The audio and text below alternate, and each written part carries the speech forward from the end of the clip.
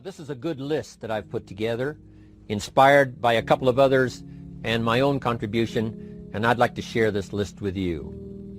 First, learning the power of purpose. A person who has purpose in their life, they have something to go for, some meaning.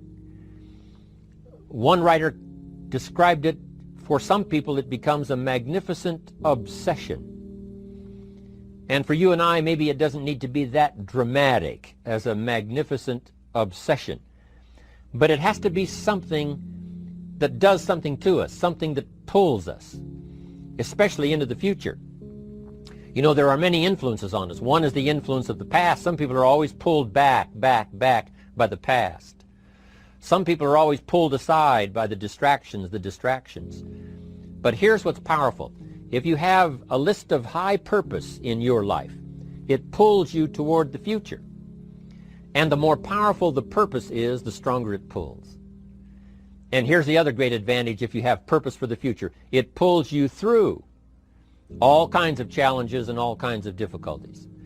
If you don't have these strong purposes for the future, it's easy to get swallowed by a bad day. It's easy to be almost annihilated by a poor month. And it's easy sometimes to almost disappear beneath the waves of a year that goes backwards if you don't have something to pull you beyond that year. So if you want something to pull you through all kinds of challenges, all kinds of difficulties and things that come at you, you got to have something on out there, beyond today, beyond next week, beyond next month, beyond this year, that pulls you into the future. And the clearer it is, the stronger it pulls. The more dynamic it is, the more it affects your life, your spirit, your heart, your soul. It also creates imagination. It gets your mind working on how to achieve that purpose. And if your mind will work, and if your heart works, and if your spirit works, and if you have good input, like good ideas, I'm telling you, there isn't anything you can't accomplish. So that's one of the great powers that'll make a variable of you, and that is purpose. Here's the next one, self-confidence. Where does self-confidence come from? And this is the best advice I can give you on that. Not neglecting, first of all, the small daily disciplines. Self-confidence really comes from feeling good about yourself. And one of the best ways to feel good about yourself is at the end of the day to know that you poured it on. You did your best. If you conducted a meeting, you did the best you could. If you made a phone call, it was the best phone call you could possibly make. If you wrote a letter, it wasn't a casual letter, it was your best letter. At the end of those kind of days, when you feel good about yourself, self-confidence starts to rise. You know that if you can have this kind of a good day, you can have another one the next day, and those days become the weeks become the months, and the month becomes a powerful year. Self-confidence comes from the lack of neglect. If you will not neglect to do the small daily disciplines, that's where self-confidence comes from. Part of good health is self-confidence. I know I'm going to be healthy. I take the Herbalife products. I eat the apple a day. I walk around the block. I do the jogging on the beach. At the end of the day, when you've really poured it on and you've done all the stuff, self-confidence grows. That self-confidence affects your health, it affects your future, it affects your psyche. So this is true. One of the great powers is self-confidence. Self-confidence means willingness to do whatever it takes to achieve. Some people say, well, I'll do it for a little while and see what happens. You know, I'll try a couple of things. If that doesn't work, I'm out of here. And all of us know that that kind of person doesn't have much of a future. But if you're willing to do whatever it takes, if I have to learn a couple of things, I will learn those things. If I got to learn 5 or 6 things, I'll learn all 6. If I have to take an extra class, I'll take an extra class. If I've got to read the books, I'll read the books. If I have to consult with people who know more than I know, I will do the necessary consulting. Whatever it takes, I will do. That starts to develop unbelievable self-confidence. Self-confidence also comes from the ability to rise above your circumstances, to rise above what happens, the petty little things, the discouraging things that would sink everyone else's ship except yours, that would cause someone else to quit early in the day, but you keep going. that kind of willingness to overcome all circumstances, whether it's the little challenges or the big challenges. If you're willing to do that, I promise you, this kind of power will work for you, and in you, the variable, it'll make a difference. The third on the list I had was enthusiasm. And here's what I wrote about enthusiasm. Enthusiasm that's powerful is mostly enthusiasm that is enthusiasm inside, 90%, 10% outside. We all know what the enthusiasm is like when somebody lets us see their enthusiasm, which is like the 90%, and only 10% of it is inside. But the enthusiasm that really affects people is not just being loud, but the enthusiasm that runs deep, the enthusiasm that comes from deep inside, created by self-confidence, created by purpose, created by genuine willingness to help other people. That kind of enthusiasm, knowing that you're going to get the job done, knowing you're going to affect people, knowing you're going to have testimonials flowing in from all kinds of directions. That kind of enthusiasm. A lot of it is quiet. A lot of it is unheard. And the 10% that's heard, it rings a bell. People call it genuine enthusiasm because they know that what you say in the outward display of your enthusiasm is only a small tip of the iceberg of the enthusiasm you feel inside that really motivates you to do the best job you can. Next on my list to help you become the powerful variable is expertise. Wanting to excel in all of the skills and settling for nothing less than an outstanding performance. If you're willing to be the best in your field, if you're willing to demand of yourself excellence in skills, to be the best that you can possibly be. In the training, do the best you possibly can. In doing a workshop, do the best you possibly can. Developing the skills of using your personality, developing the skills of language, developing the skills of influence, developing the skills of organizing. If you're willing to be an expert in all of the skills, Herbalife has the way for you to invest those skills and not only make a handsome living, not only make a lot of money, but if you would so desire and if it would be your purpose, a chance to make your fortune. Expertise, excellence in skills. Here was the next one on my list, making a powerful contribution to you, the variable, and that is preparation.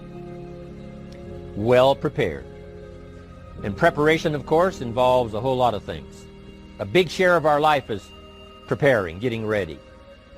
When we go to the first grade in school, we're just preparing for the second grade. After we've finished 2 grades, the 2 grades prepare us for number 3. Sometimes it seems like a long, excruciating time. And the time will just seem like it'll never come when we can finally have the performance that we really want. But it takes time to prepare. It takes time to get ready. And the decisions you make in the preparation time, those are the decisions that last for a lifetime. Preparing to have a good day. It's that preparing, maybe the night before, maybe the couple of days before the day that you're going to put everything together. The preparation for a meeting means that you've taken it serious. The preparation for doing a workshop means you're serious about the workshop. You want to make the best contribution. That kind of preparation is important. But here's preparation that's very vital, and that is to prepare yourself for success. Life seemingly does not wish to waste success on the unprepared. Life says, why waste a fortune on this person? They're not prepared to do the right things with it. They're not prepared to use it wisely. If a fortune was bestowed upon this unprepared person, it would probably be wasted. The people that could have been touched won't be touched. What could have been done won't be done because this fortune will have been wasted on the unprepared person. So not only look for fortune, not only look for the promise, but prepare yourself. And ask of yourself, what can I do to make myself ready? Because remember, life was designed not to give us what we want, not to give us what we need, but life was designed to give us what we deserve. Every value in life must be paid for, and those that pay are the ones that get it. It says those that give receive. Someone says, I wish to receive, I wish to receive. You don't have to concentrate on receiving. Just become a good giver. It says those that search will find. Someone says, well, I need to find some good ideas to help change my life for the future. Then to find good ideas, that doesn't come because you need them. It comes because you search for them. If you want good ideas, you got to go after them. You got to go to the class, you got to go to the workshop, you got to go to the training, go to the book, right? You got to go to the journal, right? Go where good ideas are being taught. Go searching, go looking, because good ideas are not going to be wasted on those that are not seeking, searching, well prepared. So, prepare yourself to be ready for fortune when it comes, to be ready for challenge when it comes, to be ready for opportunity when it comes. Opportunity comes along and passes by the person that is not well prepared. I want to prepare myself this year for next year. Yes, I wish to be effective this year, but I'm also thinking of ways, how could I be better? How could my ideas be more powerful? How could they be sharper, more clear? How could I reach some people next year that I perhaps can't reach this year? I haven't reached deep enough into my own soul to affect some people. Some people just pass by and say, hey, what a good speech. But how could I make it stronger than that, deeper than that, more powerful than that? I cannot be as powerful as I could be next year. You know, you can't go to the 10th grade in the 5th grade. You just got to go through the grades. But the more you are prepared, when the 10th grade finally comes, now you can cash in and get 2 times, 3 times, 5 times more value from it by being prepared. I want to do my best this year for Herbalife, but I also want to get ready for next year, 1999. And then when the year 2000 comes at the turn of the century, I want to be well equipped by language, by instinct, by temperament, by personality, by influence, to really be valuable the year 2000, 2001, 2, 3, 4, 5. That's my goal. I'm sure it's your goal. Now here's the next one. There's great power in self-reliance. Self-reliance means you simply look mostly to yourself. It would be nice if someone just gave you this, gave you this, gave you this. It would be nice if everyone did their job exactly as they're supposed to do it. But here's what you've got to do. Primarily rely on yourself. Primarily say, I'm the person responsible. And I will learn the necessary skills so that I can help people learn their skills. If I need lots of people to do certain things to build my organization, that is what I must have. But I've got to be the final backstop. I've got to be the final one that people can rely on. So that if this is missed and this is missed, I can catch up. I can fill the gap. I can do the job. We have to do it when we conduct meetings. We have to do it when we conduct training. We have to do it when we're in a class of just a few. What someone might have missed, we're there to fill in. Self-reliance. Primarily, we're learning to count on yourself. So that you can do this. Never complain and never explain. Here's the next key power, and that's image. There's many parts to image. The image that others see you as. The image you have with other people. And it's very important how other people see you. If they don't see you as a leader, chances are they won't pay attention. If they don't see you as being in control, chances are they won't have the trust. If they don't see you as knowing where you're going, what you want to accomplish, they probably won't follow. But if people can see you, if you have the image of someone that's in charge, in control of your life, your future, your destiny, in control of the situation, if they see that, that kind of image is powerful. It helps to win the day. It attracts other people. People want to be around people that are in control, that are powerful, but they know how to use their power. Influential, but they know how to use their influence. That kind of image is important. But here's a very important image, and that is your image of your self. The way you dress, the way you talk, the way you think, your capacity for learning, all of that is an important image that you have of yourself. The image that you have that if it needs to be learned, you could learn it. If there's a book that needs to be mastered, you could master it. If there's a skill that needs to be learned, why couldn't you get busy now and learn that skill? That kind of self-image, that I am continually trying my best to be the best I can. Because one of the most important places you have to look is into the future, yes. You've got to look into the past, yes. You've got to look around, yes. But one of the most important places you have to look is in the mirror. You know, how I appear to other people, that's important. But how I appear to myself is the ultimate importance. That kind of image, to where you'll develop the self-confidence, you'll develop the self-reliance. Now here's another one in my rather short list. The next word is character. Becoming a person of high values, a person of principles, a person of honesty, a person that earns respect. That kind of character. It took character when Mark started to put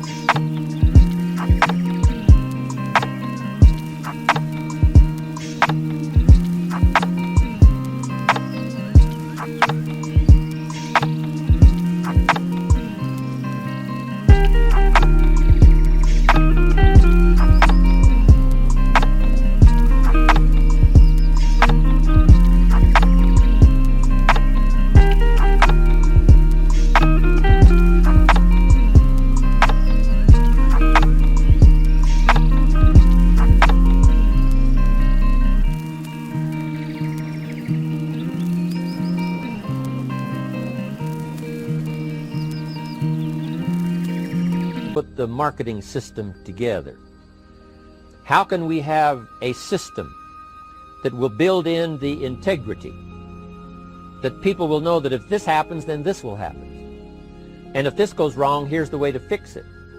Unless you have the principles and the character and the integrity to put together a viable plan for a wide variety of people, then the system is not going to last very long.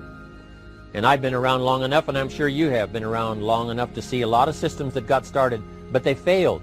And the reason is because they were not constructed with integrity. They were not constructed with character. They were not constructed with doing the right thing. They might have been constructed to take advantage. You know, cash it out as quickly as possible and leave. Mark was involved when others took advantage of him all those years ago before Herbalife. When someone took advantage and didn't have the character, didn't have the principles, and didn't have the character to stay, the character to see it through, the character to do the right thing.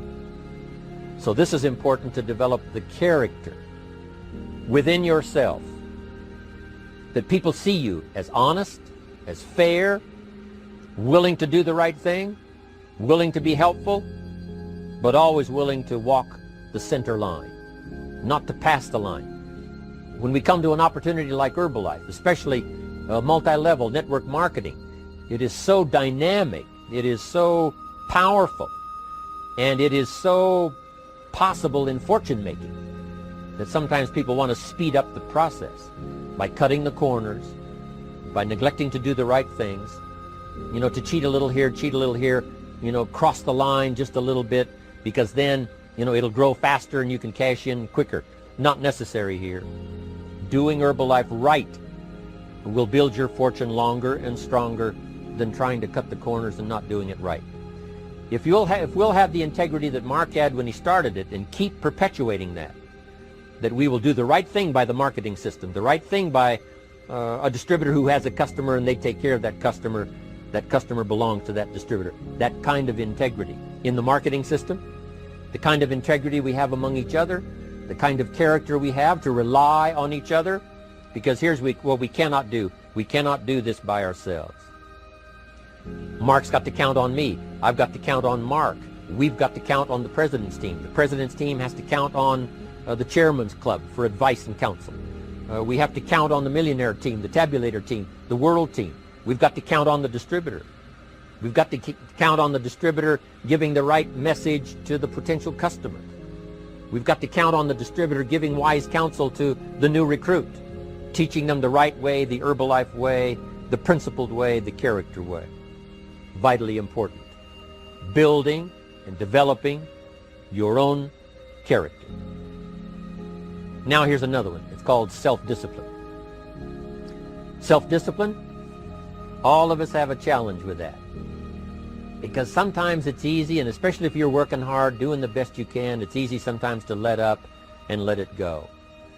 But remember, so many people, especially now that we're as big as we are around the world, are counting on what we do.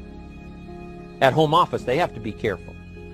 They have to be disciplined. It's easy for the person who ships the product from Herbalife says, oh, well, I'll wait until tomorrow to ship it. And then they go home and sleep like a baby. But the distributor who's waiting for that product doesn't sleep that night, or doesn't sleep when the product doesn't show on time. But if everybody will have the discipline to say, I will do the best job I can. I will make mistakes, of course, because we're all human, but I'll try to remedy those mistakes and do the best job I can. That kind of self-discipline that understands how important your part is in all of the functions that work. Coming to work on the set here, HBN, there's so many people that play a part. And each one of the parts that are played is necessary to put on the broadcast, make it viable, make it real, make it powerful. Any couple of them missing, and it would be a disaster. But all of it put together, and it works like a charm.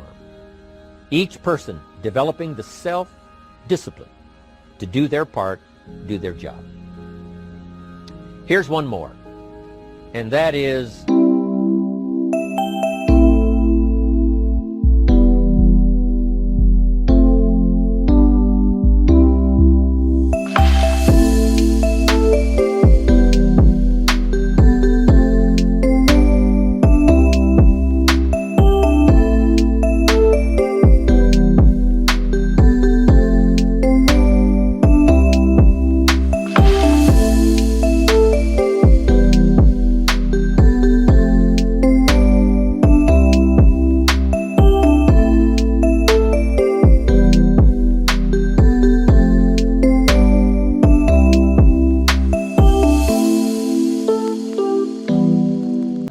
power of extraordinary performance and demanding of yourself excellent results.